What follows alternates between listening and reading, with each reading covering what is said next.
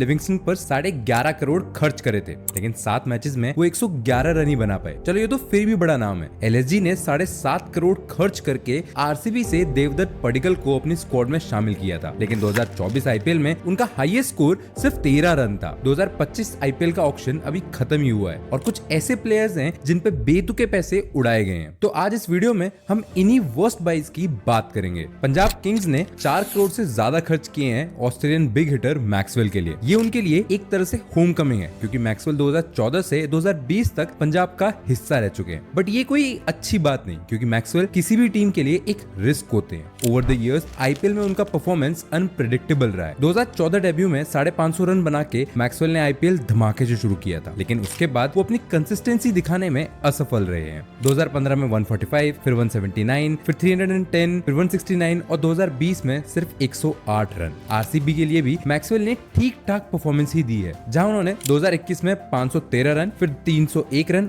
और फिर 2023 में 400 रन बनाए हैं। लेकिन 2024 उनके लिए नाइटमेयर साबित हुआ, जहां उन्होंने सिर्फ 52 रन बनाए, वो भी 6 से कम की एवरेज के साथ। आईपीएल में मैक्सवेल के नाम 18 डक्स हैं, जिसमें से 4 तो पिछले सीजन ही आए हैं। और तो और उनके इन्हीं इनकंसिस्टेंट परफॉर्मेंस के चलते आरसीबी ने उन्हें रिटेन करना जरूरी नहीं समझा, यहाँ तक कि आरटीएम भी यूज नहीं किया। पंजाब किंग्स का उनके लिए 4 करोड़ से ज्यादा खर्च करना एक पैनिक बाय लगता है। हालांकि यहाँ कोच का ऑस्ट्रेलियन कनेक्शन हो सकता है, लेकिन श्योरली उनकी करंट फॉर्म के देखते हुए ये प्राइस करेक्ट जस्टिफिकेशन नहीं है। हमारे नेक्स्ट प्लेयर आईपीएल में जाना माना नाम है, और तो और इस बार सीएसके ने उन्हें 1.7 करोड़ की डील प्राइस पे खरीदा है। लेकिन question is, Deepak Hooda CSK के लिए क्या नया लाएंगे? There is a high chance शायद आईपीएल 2025 में उन्हें यूज भी ना किया जाए। सीएसके का प्लेइंग 11 काफी सेटल लगता है और हुड्डा का ट्रैक रिकॉर्ड पंजाब और एलएसजी के लिए इतना कुछ खास भी नहीं रहा। ही इज समवन जिसका प्राइम प्रोबेबली 1-2 साल पहले निकल चुका है। पिछले सीजन में उन्होंने 11 मैचेस में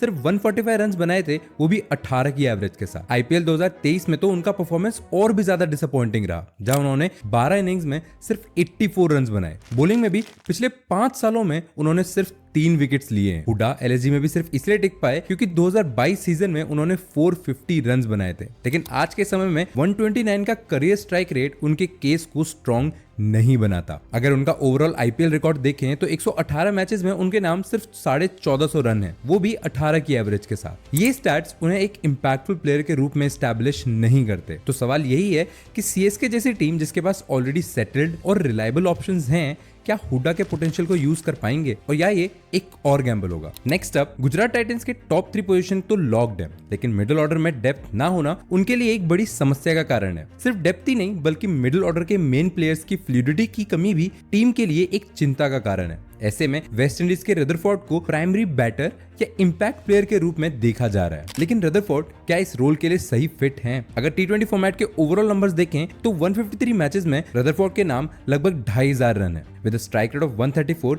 जिसमें 12 हाफ सेंचुरीज भी शामिल है। लेकिन अगर आप आईपीएल में उनका रिकॉर्ड देखते हैं तो वो काफी अंडरवेलमिंग है। रदरफोर्ड ने सिर्फ 10 मैचेस खेले हैं, जिसमें उन्होंने 106 रन बनाए हैं, वो भी 15 की एवरेज के साथ। उनका स्ट्राइक रेट 102 का है, जो आईपीएल के लेवल पर काफी डिसअपॉइंटिंग है। ऐसे प्लेयर पर 2.7 करोड़ खर्च करना कहीं से भी सही डिसीजन नहीं लगता। लेकिन क्या रदरफोर्ड सबको गलत प्रूव कर पाएंगे या एक बार फिर फ्लॉप की लिस्ट में शामिल हो जाएंगे? ये तो वक्त ही बताएगा। लेकिन नेक्स्ट बात करते हैं ऐसे बाई की जिसको काफी लोग स्टील बता रहे हैं, बट असलियत कुछ और ही है। मैं बात कर रहा हूँ फैफ डु प्लेसी की। दिल्ली कैपिटल्स के लिए उनको खरीदना ना तो उनके लिए सूट करता है, ना ही टीम के लिए। आरसीबी के लिए पिछले कुछ सालों में कैप्टेंसी के साथ साथ फैफ ने एज अ ओपनर काफी वैल्यूएबल रन्स बनाए हैं। सीएसके के लिए भी वो एक पिवटल प्लेयर रहे हैं। तो ये बात तो तय है कि फैफ कंसिस्टेंसी का दूसरा नाम है। लेकिन अगर हम डीसी के इस सीजन के टॉप 4 को देखें तो वहां डु प्लेसी के लिए कहीं जगह नहीं बनती। केएल राहुल, फ्रेजर और ब्रुक उनके टॉप ऑर्डर को सॉलिड बनाते हैं। नंबर 4 पर रिटेन प्लेयर स्टब्स का स्पॉट तो पक्का ही है।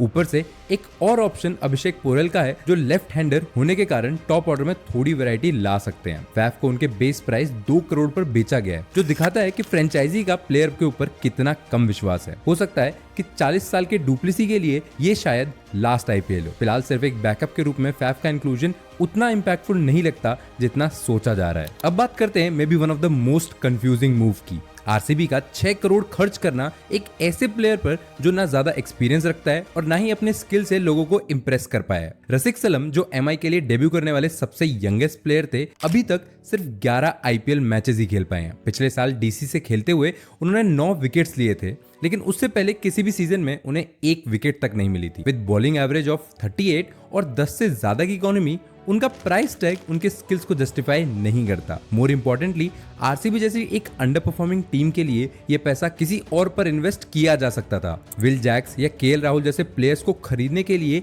यह पैसा कितना इंपैक्टफुल होता, ये सब जानते हैं। आईपीएल 2025 ऑक्शन का ये बाय सिर्फ एक गैम्बल ही नहीं बल्कि रीसेंट मेमोरी का सबसे खराब डिसीजन लगता है। नेक्स्ट, अब्दुल समाद, एक और प्लेयर जिनको 4.5 करोड़ के इन्फ्लेटेड प्राइस पर खरीदा गया है। ऑरेंज आर्मी से निकले समद की आईपीएल जर्नी अभी तक कुछ खास नहीं रही है, इसलिए 4.5 करोड़ का प्राइस टैग उनके आईपीएल में जगह को जस्टिफाई नहीं करता।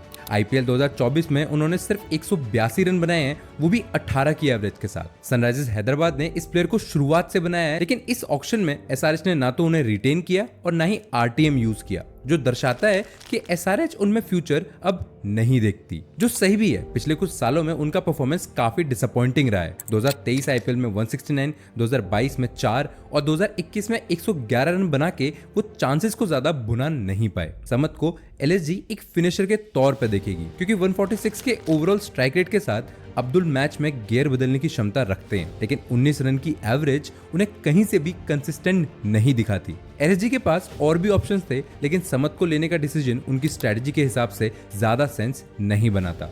लास्ट प्लेयर पर जाने से पहले let's talk about honourable mention, जिसका नाम है नेपोटिज्म। मैं बात कर रहा हूँ अर्जुन तेंदुलकर की। 2025 आईपीएल ऑक्शन के फाइनल मोमेंट्स में एमआई का अर्जुन को खरीदना किसी फेवर से कम नहीं लगता। 30 लाख रुपए एक प्लेयर को बेंच पे बिठाने के लिए थोड़े से ज्यादा है। जोक्स असाइड, अर्जुन ना तो इस एमआई साइड के सेटअप में कहीं फिट होते हैं और ना ही डोमेस्टिक क्रिकेट में उन्होंने कुछ ऐसा उखाड़ा है जो उनके चांसेस को डिजर्व कराती है। एमआई के लिए अर्जुन ने अभी तक सिर्फ 5 आईपीएल मैचेस खेले हैं, जिसमें उन्होंने 3 विकेट्स लिए हैं, लेकिन 38 के एवरेज के साथ। उनका इकोनॉमी रेट भी 9+ का है, जो क्लियरली काफी ज्यादा है। आईपीएल 2024 में उन्होंने सिर्फ 1 मैच खेला था, वो भी एक ऐसी टीम के लिए जो पॉइंट्स टेबल में सबसे नीचे थी। बट मूविंग ऑन, अब बात करते हैं सबसे कंट्रोवर्शियल वर्स्ट बाय की। मैं बात कर रहा हूँ वेंकटेश अय्यर की। ये कंफ्यूजिंग इसलिए है क्योंकि केकेआर के पास वेंकी को 14 करोड़ में रिटेन करने का चांस पहले ही था। इंस्टेड उन्होंने 4 करोड़ लगाकर अनकैप्ड प्लेयर रमनदीप को चुना। To be fair to KKR, उनको नहीं लगा था कि अय्यर को ऑक्शन में इतनी अटेंशन मिलेगी, वो भी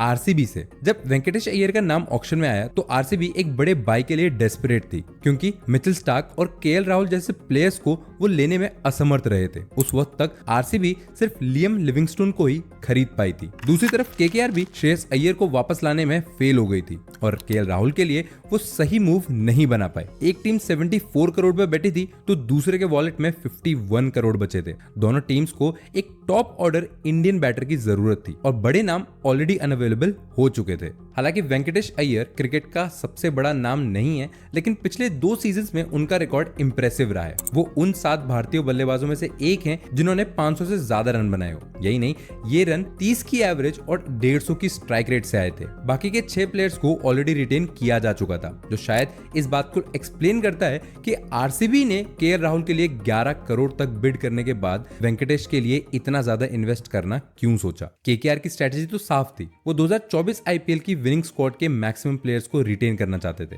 स्टार्क और श्रेयस को मिस करने के बाद उनके लिए वेंकटेश एक इंपॉर्टेंट बाय बन गए थे, जो शायद कैप्टेंसी का ऑप्शन भी हो सकते हैं। यही वजह थी कि दोनों टीम्स ने वेंकटेश के लिए अग्रेसिव बिडिंग की, लेकिन वेंकी का प्राइस उनके स्टैट्स की जगह ऑक्शन में हुए डिमांड सप्लाई का प्रतीक है। 2025 आईपीएल जल्दी शुरू होने वाला है। ये प्लेयर्स अपनी इनिशियल इंप्रेशन को गलत प्रूफ करते हुए वैल्यू बाय बन पाएंगे या लास्ट ईयर के अलजारी जोसेफ की तरह फ्लॉप